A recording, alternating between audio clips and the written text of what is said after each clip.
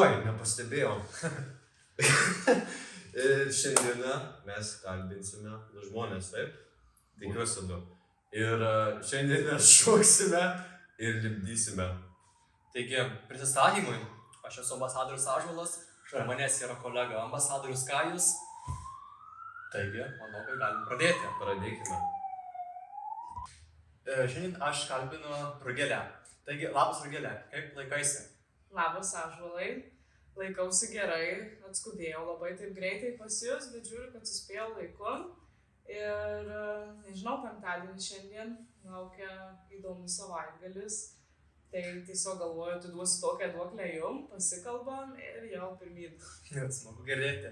Taigi, ką veikite čia Marijampolėje? Ką veikiu Marijampolėje, tai gal pirmiausias toks būtų tai, kad gyvenu. Antras, kad dirbu čia ir kuriu. Ir apskritai čia visa aplinka, draugai, šeima, kažkokie kūrybiniai klodai, pažintys, kultūrinės įstaigos.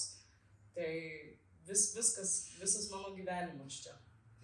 Tai iš kūrybinės pusės mes žinom, kad jūs užsiimate keramiką. Tai kodėl pasirinkote būtent šią sritį ir kuo jums svarbus menas? Tai pasirinkau šią sritį, nes pirmą kartą keramiką išbandžiau dailės mokykloje ir buvau prieš tai bandžius įvairiausių ten tų materijų ir tapybos ir grafikos, bet kai paliečiau molį, tai iš karto buvo pajautimas, gal dar kai buvau vaikas, tai to taip stipriai nesupratau. Ir vėliau irgi baigiau dailės mokyklą, visą laiką rinkdavausi keramiką ir po baigimo aš taip ir pradėdavau kurdavau tik tai savo namuose ir labai stipriai norėjau ir sakydavau ir mokytojam. Ir jeigu tuo metu būtų kažkaip dar toks vedlys, kuris būtų tikrai patikėjęs manim, kad aš su tuo darysiu tą keramiką, tai gal būtų viskas įvykę daug greičiau, bet teko tikrai perėti daug kelių, daug laiko, kad pati jau nuspręsčiau, kad keramika ir kad aš ją renkuosi. Bet gal sakyčiau, kad labiau buvo hobis, toksai tik užsiėmimas, kažkur mintis sudėti tą kūrybą, bet staiga ir labai netikėtai jinai virto tokiu vis rimtesniu amatu. Tai kiek laiko užsiimate šią veiklą ir ar per tą laiką buvo kokių nuosmukių, pakilimų ir panašiai? Tai 13 metų, man atrodo, susipažinau aš su ją, o dabar jau taip rimtai, kad užsiimu, turiu studiją, lipdau ir užsakymus didelius darau, tai 6 metai būtų kažkur. Tai ką jums labiausiai patinka iš molio gaminti, lipdyti? Šiai dienai labiausiai patinka lipdyti vazas, nes visada man atrodydavo, kad jos labai didelės, gal man neįveikiamos, bet kai nulipdai vazą ir didelio masto, tai tada tai jau viskas nesunku pasidaro. Ir tas puodukas nesunku ir žodžiu, kažkaip toj vazoj daug kantrybės sudėta, laiko, kūrybinio tokio klodo, plus jinai labai rizikinga yra. Didelė rizika, tu ją degi, jinai gali sprogti ir kai sprogsta ten puodelis ar lėkštė, tai jis dar mažytis, bet kai sprogsta didelė vaza, tai iš tikrųjų gaila būna. Tai, žodžiu, manau, kad vazas ir taip pat patinka dideli užsakymai restoranams, kurio būna didelis kiekis, tai irgi visas tas nusiteikimas, toks kaip ritualas būna, darbo pasiruošimas, visi eskizai. Tu lipdai ten kokius 4 mėnesius, ta visa kantrybė, nuoseklumas, tai toks ilgas procesas su tuo. Taigi, tu gyveni ir kuri čia Marijampolėje. Tai kodėl pasirinkai kodėl likai būtent mūsų mieste, kodėl neišvažiavai, pavyzdžiui, į kokį didmiestį ar net į užsienį? Tai kai gyvenau Vilniuj mokslų metais, tai pasakysiu, kad mane Vilnius spaudė. Visų pirma, tai negalėjau dėl blokinių visų sienų, butų ir panašiai, nes esu labai gamtos žmogus. Ir šiaip iš gamtos, iš sodybos pati augus, tai man buvo sudėtinga ir gal tokia šiek tiek pilka masė tapau ir aš neišnaudodavau to Vilniaus. Ir plus mano pati ta kryptis tokios veiklos, tiek kūrybiniai projektai, keramika, žmonės, tai čia juos lengviau pasiekti. Tu per darbo pietų pertrauką gali nueiti ir pasportuoti, bet dar gali ir nuvažiuoti pas režisierių, pasimti kokį kostiumą, dar sutikti kažką pietų metu, žodžiu. Man atrodo, čia tiesiog greičiau vyksta dalykai ir mano atveju yra daugiau galimybių, nes čia yra sodyba, čia yra erdvė, kur galiu priimti žmones. Manau, kad Dideliame mieste neturėčiau tokių galimybių ir reikėtų daugiau investicijų tam sukurti. Wow, tai tikrai labai stiprus argumentai. Ir, pavyzdžiui, kokia vieta jums yra Marijampolėje gražiausia?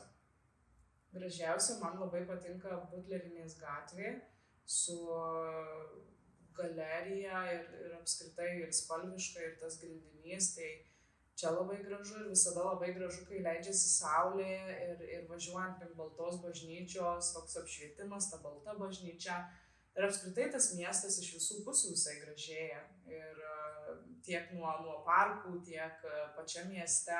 Bet gal, man atrodo, tą miestą dar šiek tiek ir ta architektūra kuria. Tai va tie dar kas likę senieji pastatai, tai man atrodo mūsų miesto vertybė. O iš vieninės pusės, ką manote apie Melanie projektą? Apie Melanie projektą. Tai 10 metų Melanie. Manau, kad labai pradžio gal labai unikalus projektas, tikrai išskirtinis ir vienetinis mūsų mieste Marijampolėje. Aš manau šiai dienai, kad Melanie turėtų gal šiek tiek pakeisti jau savo veidą ir įvesti naujovių. Praeitais metais siūliau, gal galėtų atsirasti instaliacijų ar kažką galėtume kartu su jaunimu derinti ir kurti, bet manau, kad sudėtinga šitų klausimų buvo derinti su organizatoriais, tai džiaugiuosi Melanie, bet manau, kad geriausi darbai jau buvo sukurti ir jau ne visais metais yra kas nustebintų, bet vis tiek jo vertė, jo visi ką mes gaunam, ką atveža kokius kūrybininkus, kokias paskaitas, kokius atidarimus padaro, tai tikrai ne kiekvienas miestas turi ir turim tuo didžiuotis ir džiaugtis. Tai dabar filosofinis klausimas. Tai ką pasirinktum, ar pašnekėti su savim prieš 10 metų ir perduoti kokią žinutę, ar pašnekėti su savim į ateitį 10 metų ir pasakyti, ką nedaryti, ar daryti ir panašiai. Ir kodėl? Tikrai filosofinis klausimas, nes nemanau, kad kažką protingo prieš 10 metų būčiau pasakius ir tokio, kad man galėtų kažką nulemt pakeisti, tai gal labiau rinkčiausi į praeitį, ne, tu sakei, labiau ateityje, jo 10 metų po, gal tada rinkčiausi, kad tokią apžvalgą padaryti ar kažkokį, nežinau, nulemamą dalyką man pasakytų. Taip rinkčiausi. Aišku. Taigi, ką perduotum Marijampolės jaunimui iš savo pusės? Kad būkit drąsūs, esat, bet būkit drąsūs, nenoriu įsireikšti negražiai. Kaip pasakyti, nebūkit kažkokie bestuburiai, o užsiauginkit stuburus ir tikėkit tą, ką darot ir man atrodo, kai tiki savim ir tiksliai žinai vidui, ką darai, tai nelabai čia tave kažkas pakrutins ir pastumdys ir semkitės patirtį iš vyresniųjų, bet kartu ir duokit savoje, suraskit kažkokius kompromisus. Tai žodžiu, mokykitės, bet vėliau ir patys tapkit mokytojais. Ir man atrodo, kad grįžkite iš tą miestą. Ir plečiamės toliau ir augam, kadangi mes irgi toks jau senesnis jaunimas grįžę. Tai norėčiau, kad čia dar būtų daugiau tų bendruomenių, kažkokių įstaigų. Ir smagu, kad ir dabar jų yra ir kuriasi, tai norėtųsi, kad taip ir išliktų ir išsilaikytų tai. Taigi, ačiū Rugile už įdomų pokalbį. Taigi, dabar mes kalbinsime Martyną. Ir Martyna, prisistatyk, ką veiki gyvenime? Tai mano vardą jau minėjai, o aš esu šokio mokytoja ir Leno šiuolaikinio šokio kolektyvo įkūrėja, jeigu taip trumpai. Dar aišku, daug dalykų veikiu, bet jeigu taip konkrečiai, tai būtų šie. Taip, šokių treneriai jūs esat. Kokio stiliaus šokiai pas jūs? Pagrinde tai šiuolaikinis šokis ir aišku, kad tą šiuolaikinį šokį pavyktų sušokti taip, kaip norisi, kuo profesionaliau, tai dar truputėlį ir kitų stilių įtraukiam, tai daugiausiai tai būtų klasikinio šokio, modernaus šokio, na ir tada jau pagrindas yra šiuolaikinis. Aš pats šokėjas, tai man čia įdomu yra jūs kalbinti. Kiek aš žinau, jūs mokėtės kitame mieste? Taip, studijavau Vilniuje šokio pedagogiką ir sėkmingai baigiau ir grįžau dirbti ir kurti į Marijampolę. Bet čia mano bus pagrindinis klausimas, kodėl grįžot į Marijampolę? Kodėl netęsėt kur savo studijos didmiestį, kur tikrai būtų daugiau, gal tų mokinių didesnė paklausa būtų? Taip, pasiūlymų toliau tęsti šokio kelionę sostinėje buvo ir tikrai ne vienas. Tai tokie buvo du gal esminiai elementai, kurie privertė grįžti į Marijampolę. Tai pirmas būtų mano vyras, Andrius, kažkaip mūsų taip santykiai susiklostė, kad rinkomės iš 2 miestų ir daugiau pliusų sudėjome savo gimtajame Marijampolėje.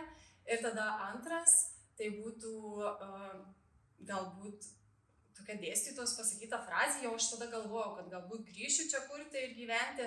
Ir mums dėstytoja kažkaip mus padrasino, tuos, kurie atvažiavę iš kitų miestų ir sako, kad kultūros, meno, šokio Vilniuje ir didmiesčiuose yra tikrai labai daug, bet vežkit jį ten, kurio yra šiek tiek mažiau. Tai tokie galbūt pagrindiniai dalykai. O kokie pliusai Marijampolėje? Nes jūs sakėte, kad lyginot pliusus, minusus, kur geriau, tai kokie tie pliusai čia? Tai iš esmės šeima, žinoma šeima, kas tam vertybių sąraše yra aukščiausiai, kad jie yra šalia. Tada yra, kas man dar yra labai, labai svarbu, tai gamta. Tai, pripažinkim, Marijampolėje ir aplinkui, jos galima rasti tikrai kur kas daugiau negu Vilniuje. Ir nežinau, gal ir ta pati konkurencija, bet aš kai kalbu apie savo darbą, aš labai nemėgstu šito žodžio konkurencija, nes man jisai visiškai neimponuoja, aš nesistengiu su nieko konkuruoti, bet tikriausiai ir tos konkurencijos, jeigu jau taip pasakyti, yra mažiau. O kiek metų jūsų studijavo? Mano studija yra 5 metai, tai aš jau 5 metus dirbu šokio mokytoju ir 5 metus turiu savo kolektyvą įkūrusi. Ar daug vaikų, jaunuolių ateina pasišokti? Pakankamai nemažai. Nežinau, dabar buvo 4 grupės šitą praėjusią sezoną ir iš viso buvo kokie, 70 šokėjų, sakykime taip. Tai jau tikrai nemažai. Tikrai. Tai važiuoti į kitus miestus, aišku, į visokius turnyrus, taip? Taip, į konkursus tikrai vykstam ir nebijom išvažiuoti šiek tiek toliau, dažniausiai renkamės į Rygą, bent jau kol kas, o sakiau, gal kitais metais, dar gal kitais pagalvosim ir kažkokias tolimesnes destinacijas, kur nuvykti. O Lietuvą tai tikrai per tą sezoną išmaišome, sakau, nuo viršaus į apačią įstrižai. Svarbiausia, jos nepamiršti. Bet Marijampolė yra mažesnis vis tiek miestas. Kokie yra didmiesčio privalumai? Didmiesčio privalumai. Jeigu kalbant taip jau iš profesinės pusės arba iš tų dalykų, kas man patinka, tai aišku, didmiestis tau gali pasiūlyti daugiau vietų, kuriuose gali surasti daugiau kažkokio įdomaus, kitokio meno rūšių. Tai gal toksai būtų pirmasis, tada gali, jeigu norisi pramogauti ar nežinau, veikti kažkokius įdomius kitus dalykus, tai faktas, kad dideliuose miestuose gyvena daugiau žmonių, tai didesnė bus ir pasiūla. Daugiau, jeigu taip greitai sugalvoti, ką dar didmiestis gali pasiūlyti, kad ir nežinau, jeigu taip tik tai iš to savo profesijos. Gali tada mokytis, daug lengviau yra prieinamas kažkokius naujus studijus ar kažkokie mokslai, kas man labai įdomu, aktualu. Tai dabar ačiū Dievui, viską galima daryti online ir mokytis naujų dalykų tokiu būdu, ką ir aš propaguoju, mėgstu ir darau.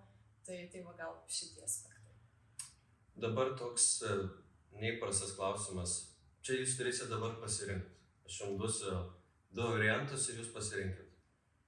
Ar geriau norėtumėt grįžti į praeitį ir kažką pakeisti? Ar geriau nukeliauti į ateitį ir pamatyti, kaip viskas susiklostė? Galvojau, kad pagalvosiu ilgiau, bet man atrodo, kad aš tikrai grįžčiau į praeitį ir galbūt net žinočiau, ką noriu pakeisti, o ateitis toks labai sunkiai apčiuopiamas dalykas, jisai, nežinau, ateitis kinta kiekvieną sekundę, kiekvieną minutę ir gal net būtų beprasmiška ten keliauti ir pasižiūrėti, žinai, kas bus. Jeigu nepaslaptis, ką pakeistumėt? Pakeičiau, nepaslaptis, nes kalbam visai tokia tema susijusi, tai pakeičiau, neprašvaistyčiau 1 metų, nes buvau truputėlį įstojus ne ten, kur galbūt norėčiau studijuoti ir truputėlį praveidinau galvą tuos metus po to metus mokslus ir jau tada su 2 bandymu įstojau ten, kur tikrai ir turėjau būti. Jeigu pas jūs ateitų kažkoks jaunuolis ir sakytų, man labai patinka šokiai, aš noriu sieti savo ateitį su jais, ką jūs jam patartumėt, kur studijuoti, ar likti Lietuvoje, ar kažkur kitur keliauti, ką jam daryti? Tai pas mane, žinok, tokių jaunuolių ateina ir aš iš patirties galiu pasakyti, tokie žmonės po mūsų Lenos stogu gyvena, jie ten auga, ieško savo kūrybinių idėjų, skleidžiasi kaip menininkai ir tikrai būtent šiais metais ir viena šokėja atėjo ir pasakė, kad mokytoja, aš noriu studijuoti kino meno mokykloje ir aš čia galiu pafilmuoti, žodžiu, kaip repeticijos vyksta, tada kita mergina irgi pasakė, kad norėtų ateitį sieti su būtent čia profesija, o galbūt tiesiog profesionaliai siekti šokėjus karjeros. Tai pirmiausia, aš kaip mokytoja, tai aš duodu visišką savo palaikymą. Ir antras svarbus dalykas, tai visišką laisvę jų kūrybai, kad jos galėtų kurti ir šiaip visi vaikai, jau čia neįskiriant tų, kurie pasisako, kad norėtų ateityje būti kūrėjais, visiems duodu visišką laisvę, kurti, save išreikšti ir kažkaip, nežinau, atrasti galbūt save tokiam menininko amplua. Bet dar vis tiek atsiranda tokių žmonių, kurie sako, kad šokiai ten ne sportas, ne menas, kad nepasieksi ateities kažkaip su... Ar buvo jūsų gyvenime kažkoks etapas, kaip galvot, gal šokiai, gal su jais nereiks sieti ateities? Aš manau, kad man kaip ir daugeliu jaunų žmonių, kai tik baigiau mokyklą, tai gal tada buvo tokia didžioji apmąstymų krizė, ką čia daryti ir kad kažkaip mus dar, bent jau mano kartą, buvo kažkaip įpratę visi auginti, kad reikia čia dabar kažkokį rimtą darbą susirasti, studijuoti, kad būtų pinigų. Svarbu būtų pinigų ir tada jau tu būsi laimingas. Tai iš tiesų jau dabar džiaugiuosi, kad jaunoji karta supranta, kad ne čia yra laimė ir jau jų mokyti nereikia nei 12 klasė, nei 11 ir jiem patiems būna viskas aišku ir kažkaip pamiršau, ką norėjau pasakyti. Tiesiog kažkur vedžiau ir pamiršau. Viskas gerai. Jeigu dar paskutinį kokį patarimą jauniems žmonėms, kokį duotumėt? Aš tai labai žaviuosi šita karta, šita jaunų žmonių karta. Tikrai aš manau, kad jie galėtų daugiau patarimų duoti man negu aš jiems, bet iš esmės tai yra veržlūs, drąsūs, ambicingi, jų nereikia stumti, jie visur eina patys, jie daro. Tai vienintelis dalykas, ko aš jiems palinkėčiau, tai galbūt kartai sustoti, nes sustoti, įkvėpti, iškvėpti irgi yra gerai ir visi kalnai nusivers rytoj, gal šiandien reikia šiek tiek pailsėti. Gerai, ačiū Martina, labai buvo smagu su jums pašnekėti. Ačiū. Wow, pašnekėjom. Kodėl tu žmogai? Sorry. Ką sužinojai, kalbėdamas? Dar pirmiausia pasakyk, ką tu kalbinai. Tai kalbinau Rugilę ir iš jos meninės pusės, iš jos žodžių sužinojau, kad Marijampolė tikrai yra pakankamai stiprus miestas, kad jame būtų galima sukurti, sakykime, auditoriją, kad pritrauktų kitų žmonių dėmesį. Ir iš tikrųjų, tikrai labai yra smagu kalbėti tokius žmonės, kurie pozityviai mąsto, kurie kažką kuria, svarsto ir gyvena. Ką manai tu? Aš kalbinau Martiną, jinai yra šokių trenerė ir man buvo labai smagu su ją. Nustebau, kad jinai grįžo į Marijampolę, bet jos čia pasirinkimas ir aš tai palaikau. Ir mes jau pašokome, palipdėme ir lauksime jūsų kitoj laidoj, nes mes esam Lietuvos jaunimo sostinėje. Bet.